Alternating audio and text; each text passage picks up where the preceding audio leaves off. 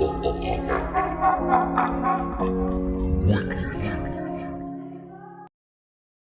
the Egyptians, because your boy, when St. Patrick's is credited for running all the snakes out of Ireland. Yeah. That's mythology. You can't run the snakes out. That's like saying running all the grass out of Ireland. He was talking about the snake people, the serpent people, the Egyptians, the Camites, and all the Camites. So Bridget, she came from Ireland.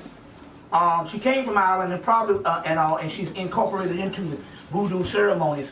And it was probably somebody who was over there that was during the time when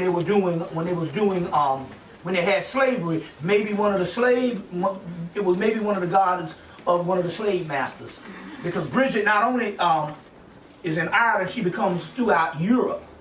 So it might have not been an Irish person, but Bridget was big throughout, and so they incorporated that and all. Based on the spirit, they understand that all these gods ultimately was of us. So it could be. To be a god, you got to be of the original origin. So therefore, Bridget would suffice. Yeah. You finished touching on the Olmecs? Yeah.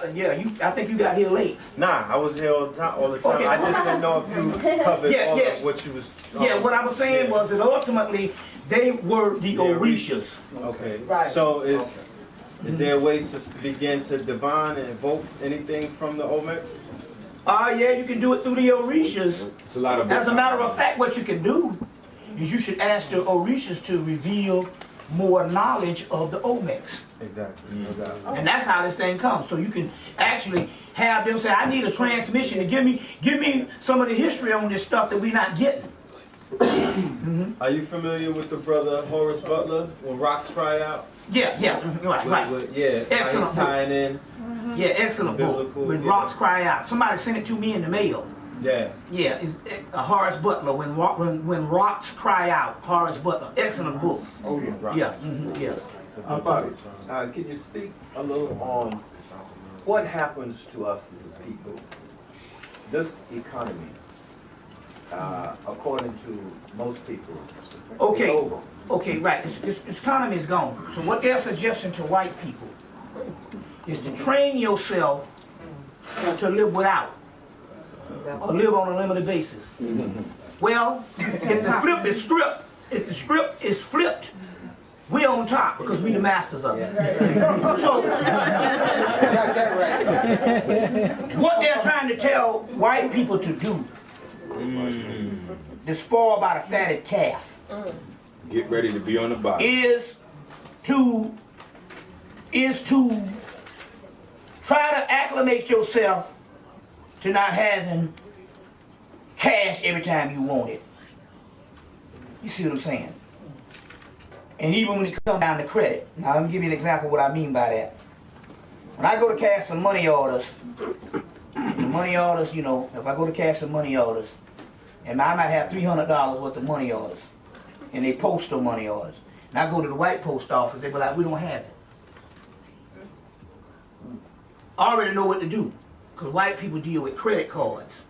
So they might not have it in the drawer but a certain time.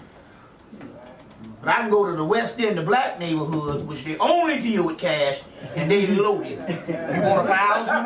This much? That much? I already know. So that means that here's the people that's learn how to deal without credit.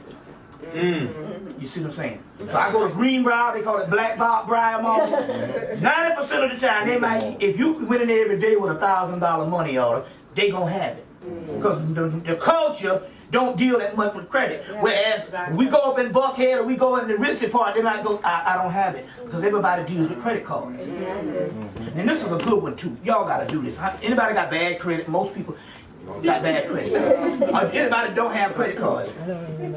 Just go to a Walmart. This is the thing. Go to a Walmart and get a pay-as-you-go. A pay-as-you-go. What you do is you get this card and you put money on it.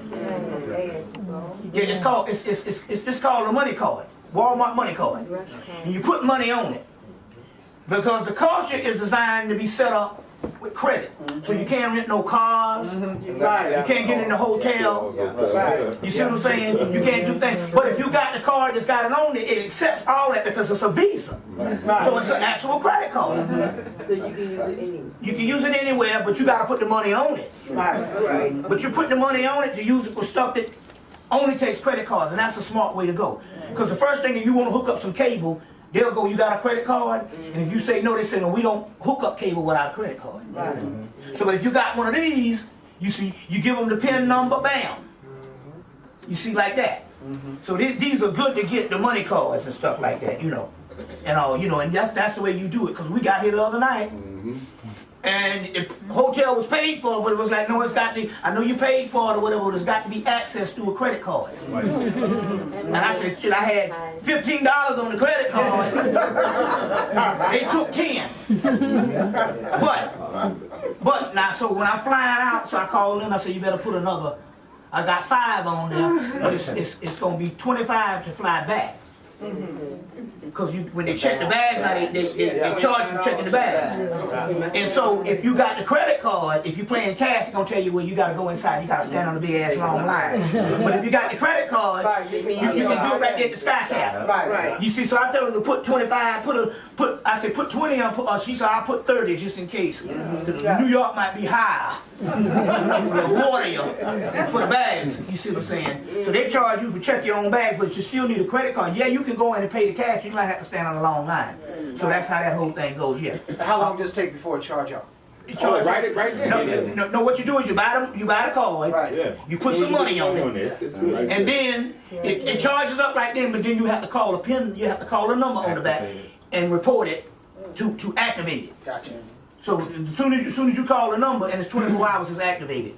And you could also call a number to find out how much money you got on the card. You know, like that. No, you know. Well, most of us know what we got on. You ain't gonna put $25, $30 on shit anyway. Yeah. You think that's No. The martial, all that stuff, the martial law and all that stuff is scare tactics. Exactly. To keep you distracted. We supposed to be in, according to them, we supposed to be in martial law in the early 90s. That's right. The King Alfred plan was given to us by the government to create this thing, and it's all based on distraction. If you think the white man could have did it, he would have done it by now, you damn right. He can't do it. He can't do it because it will wake up too many people. You see what I'm saying? And Farrakhan had that right. He said, if your slave went to war with you, he said, your slave will win. And I said, that nigga crazy. But he was right. They know it. We got latent powers in us that automatically come online and kill up everything just to survive. So they have to separate us, and you see what I'm saying, and keep us on lockdown, but not necessarily openly announce the day of battle, because it'd be over for them. So they would never do the martial law thing. But what powers? I don't believe They dormant. But if you get shocked into it, it might open up. You might go out there and get hit by a car, and you might open up something. You see? You know. So many of these rituals are to open those dormant powers. Yeah, it's happening. It's going to happen regardless. There's the rituals was the stuff we needed to do the shortcut because we had so many years to be down here. Now this stuff is happening. You see what I'm saying? As you sleep, providing you get enough sleep, providing you get enough water. Right. Because the key is sleep deprivation. Number one killer in the United States is sleep deprivation and dehydration. Right. So if you can get enough water or get enough sleep, you see what I'm saying? It's going to happen anyway because we are in that season and stuff. It's just on the cusp. We're like minutes away from it happening. You see, give me some questions. How is the second son helping us? The second son is actually inside of you. That's called a petty universe. It's a holographic universe. It doesn't even exist. It's all the stuff exists in you. You projecting that. So the second son is your third eye and your pineal gland and all that opening. But all this thing, you know, the second, all this stuff out here is nothing. That's why you ain't never had none of them people come and visit you. You see what I'm saying? See, my point here is we are the aliens. Exactly. Right. Now what civilization gonna come 8 light years away to come to visit the non-original people of the planet? See what I'm saying? We are the aliens. You see, so whenever all this stuff they're preparing for us. You say, well, I'm not an alien. You know, the stuff on the inside of you is the alien. Right. And it's